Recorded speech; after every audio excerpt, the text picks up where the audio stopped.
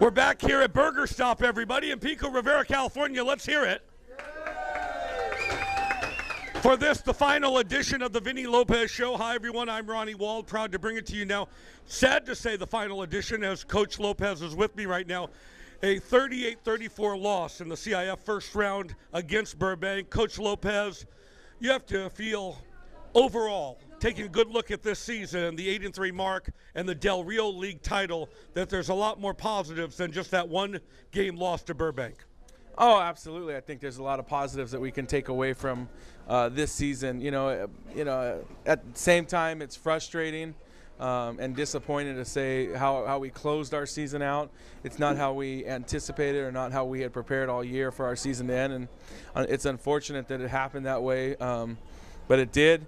And so at this point, you know, you really can look back at the numerous individual records that were broken this season, as well as the first league championship in 17 years that we got. And so there's definite things that we can take away from and feel like, you know, this is still a really successful football program and a really successful football team. All right, I'll be asking you in a moment how you feel about next year's team, but just very briefly, just for a moment, what went wrong Friday against Burbank?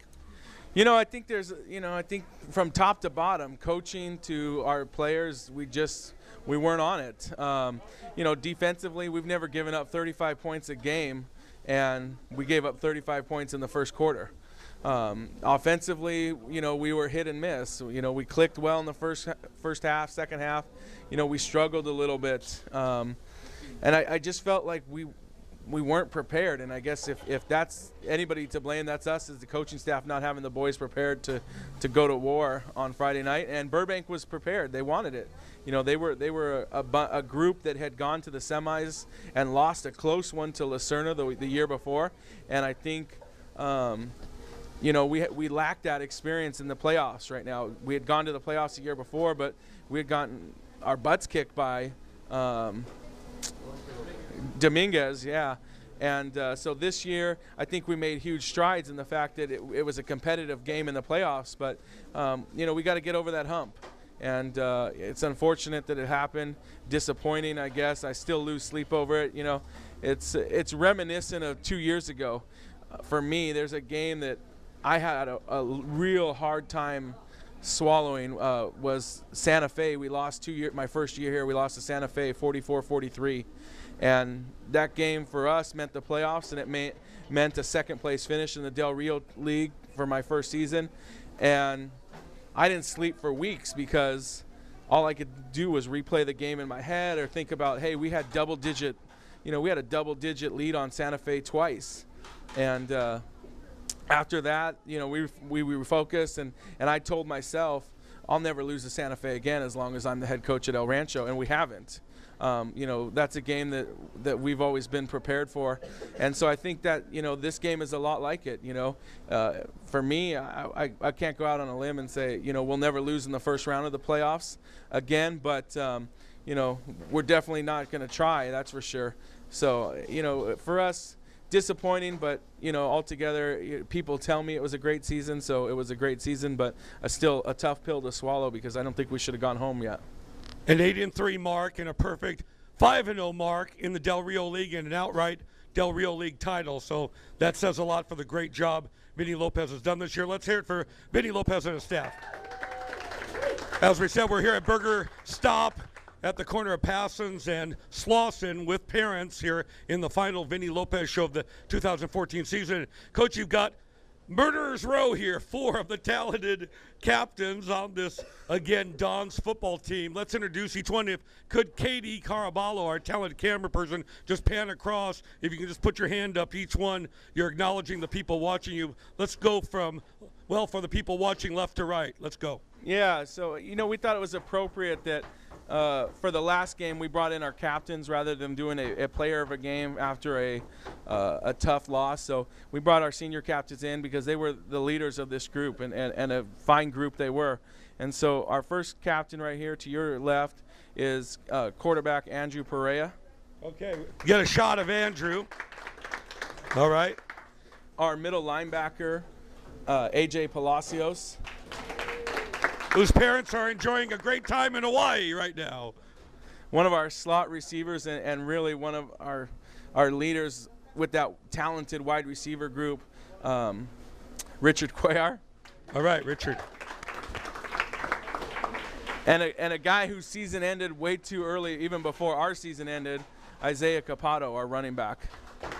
Isaiah at the end. Now let's go over and start with Isaiah. Isaiah, you had to have yourself pretty much your heart broken. You didn't get to participate in the final month of the year, but overall, you were still in the top 5 in rushing in the Del Rio. What was some things that were going through your mind while on the sidelines, knowing that you couldn't be part of this team? Well, I knew it was unfortunate. You know, I got injured and stuff, but I had to be a captain for my team. The injury didn't really stop me. You know, I tried to suit up every time I could, and just definitely lead my team on the sidelines now instead of on the field. So. And a major producer in terms of touchdowns this year. How many did you have? 13? Yeah, I had about 13. So let's get a hand for Isaiah Caputo. An outstanding job you did as a running back for the Dons this year. Now let's move over to Richard Cuellar. We see his parents over here, and we have a record-setting Richard Cuellar. What did you have? 72 catches. 71. Did you know that set a record? It held for 51 years, so congratulations. Part of a talented quartet on this team. Richard Cuellar led the way, including 8 catches against Burbank. So you seem to have, like I said, Velcro on your fingers this year. Congratulations, great job. Tell us, as the season ended that way, there's more positives from this year than negatives, wouldn't you say? Yeah, I'd say there's a lot of positives. Just sucks how we finished the season like that. That's not how it was. It shouldn't have ended like that. Right. But now you guys seem to have a great camaraderie. The 4 great receivers, Pop and Araujo, of course, and you. I mean, and you know, so overall, you seem to work together beautifully and give Andrew Perea opportunities all year long. Yeah, and good thing about that is they have a whole nother year, and they're gonna be out there. They're gonna tear it up. I hope they're better than me next year. All right. Coach, what about your great receivers? I know we'll talk about the great defense in a minute, but your receivers really gave Perea a chance to have his record-setting year this year, didn't they? They did, and, you know, it was a great job. I really commend our wide receiver coach, Coach Gonzalez. He did a fantastic job with them and work with this group. To say this group was raw in January would probably be an understatement. But, you know, this group was talented but raw. And each week as we threw the heck out of the ball, we like to go to a lot of passing tournaments in the offseason. We like to throw the ball, a lot of passing leagues. And so each week those receivers kept getting better and better. And so those 4 guys were phenomenal this year for him. Made some unbelievable one-hand catches. Everybody had a fantastic game and really did a fantastic job of getting open. And so, you know, offensively, it was a good season for us. It was a record-setting season again for us. So it was good. No doubt about it. Now we switch over to the great defense led by Mr. Palacios. AJ, congratulations. Let's hear it for him. It's something like over 100 tackles this year to lead the Del Rio. We asked him in a previous show, I go, well, he went on a 38-yard scamper. He's also a talented running back. Remember, he had that 38-yard great touchdown against Whittier. And what did he say to us here? I'd rather be on defense. I like to hit people, right? His mom and dad are in Hawaii right now, so he's taking over the house, the abode. Okay, you had a chance now to think about Friday's game. There's tears that are flowing. There's a lot of heartache. The parents live it with you. Now you've had a chance to step back a little bit. What are your reflections on the 2014 season? It was a great season. Unfortunately, same thing how Richard said, it shouldn't have ended that way. We were better than we showed on Friday. We just didn't go our way. All right. Do you have any plans of your own right now? What you think you're going to be doing in terms of college or that type of thing? Hopefully take football to the next level and see what happens from there. All right. Great response. Maybe you'd want to work in politics. That was a good response. Excellent. And we appreciate you and your parents, very supportive this year. Now we head over to the record-setting quarterback, Mr. Perea. Great job this year. Part of a great dynasty, a great football tradition. His dad, Mike, is over there. And, oh, one more thing that's more important than football. His mother fell ill last week, ended up going to the hospital. So we want to get an update from you. How is she doing? Because it had to break her heart. She wasn't at the game, unfortunately. But what's the report right now, what you've heard about your mom? She's doing better. She's at home and she's out of the hospital. She's getting well. Fantastic. We're happy about that. That's an answer to prayer, right, everybody? Yeah. All right. Okay, this is the guy that set the record in terms of single-season passing. How about that remarkable over 400-yard game against Whittier? It seemed to be you had some great receivers like Cuellar there to get the job done, but you also took off with over 800 yards rushing, 3,000 total yards, another great El Rancho record. Congratulations. Did you have any idea when you started the season that you would be setting these kind of records, like records that stood for 50 years just falling by the wayside from Andrew Perea? Did you have any idea that you would be on track to be rewriting the record book? No, I had no idea like any of these records and what they were. I just had ideas for the team and goals for the team, and that's just my goal for the whole year. No. And we know that you're team-oriented. You're not watching the numbers. But, of course, bottom line, your success translates into great success for El Rancho. The team went 5-0 in the Del Rio and won an outright Del Rio League title. So your success was equal to the great success of El Rancho as well, right? Yeah, my success was pretty decent this year. I had some good games, but it was done with my line and my receivers. I couldn't have done anything without all those guys. Right. Overlooked the great offensive line, right, Coach? I mean, we know how great the D is, but the offensive line overlooked. Let's give them some props right now.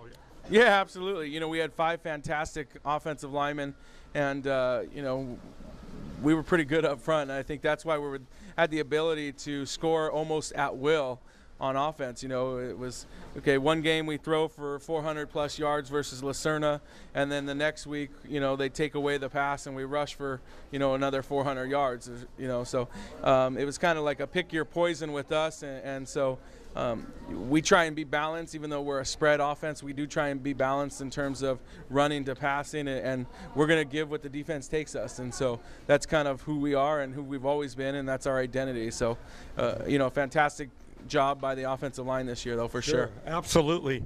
Kudos to them. Hey, what about your future? Do you have any plans? You want to stay in California, go to college? What are your plans? Hopefully go out of state for college and maybe see if football is in my future. All right, good for you. Again, a big hand for the 4 big captains. As Katie gets and scans across, you see how handsome they are. Good guys. The dad? How about a shot of Mr. Cuellar over there? Don't forget him. Anyway, one more, again, shout out to our friends here at, one more time, Burger Stop, Passons and Slauson. And it was Mike that made it happen, giving us a place to do this show. And don't forget, they've got the family special going on, and you want to take advantage of that, all the folks watching in. Vinnie Lopez, now as you take a good look now at this 8-3 season and the Del Rio League title, what are you going to take away from it, and what do we have to look forward to in 2015 for the El Rancho Dons? You know, I think we have a lot to build on.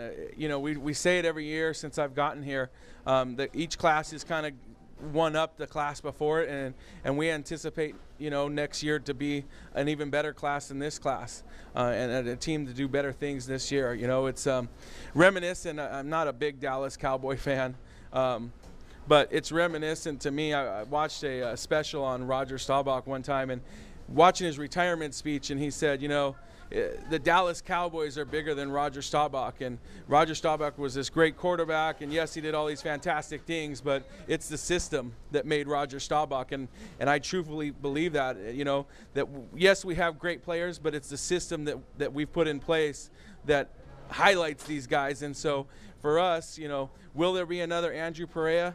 God, I hope so. But the system is, you know, we will find somebody else to run our system. And, you know, we didn't think, you know, would there be another Joey Sanchez? I don't know. Then there was Ryan Araujo. Then it was Andrew Perea. So next year there's going to be somebody else that fills these guys' shoes. And you know, so we expect big things next season. And you know, it's one thing when you're chasing the champion. It's a whole nother level when you're the champion and you're being chased and you have the target on your back. You know, I'm a history teacher, and it's like, what happened with Rome? Okay, Rome was great empire. Talk about how great Rome was, and then they got soft because they felt like we were number one, and nobody had beaten us. And so that's what we're instilling in the boys right now. And I've already had the conversation with this year's underclassmen, the juniors and sophomores that are going to be the varsity football team. Is you're number one, you can't get soft because number two is chasing you. You think La Serna doesn't want you. You think, you know, Santa Fe doesn't want to come get you, or Cal or Pioneer or Whittier, or any of them. Absolutely. And so, you know, it's always much easier to be the hunter than the hunted. And so we got our work cut out for us, and we're going to get to work early. There's no doubt as you go around the Pico Rivera area, I constantly hear people talking about the 1966 national championship team, Ernie Johnson and the great old days. It seems to be that with Vinnie Lopez, he's building the new tradition, right? He is truly building a foundation for the future. So we congratulate you on that, Vinnie, and thank you for all your help this year. No, I appreciate it, and thank you. Sure, no doubt about it. So 2014 is in the books, everybody. This El Rancho team can hold their heads high for, again, the Del Rio League Championship. And I want to thank, of course, Carlos and Yvonne over there. They outfitted me and took care of me and put this great flag up. A couple of great people. But there's all kinds of great parents here that made my job a lot easier. I couldn't do it as well as I try to do it without the help of Katie, our camera person, the great parents, and of course Vinnie, and this group here and the great team. So all of you, thanks so much from Waldcast.com. Okay, for all of us, till next time, we're glad you were with us here at, again, Burger Stop in Pico Rivera. So long for now, and don't forget always, everybody, go Dons!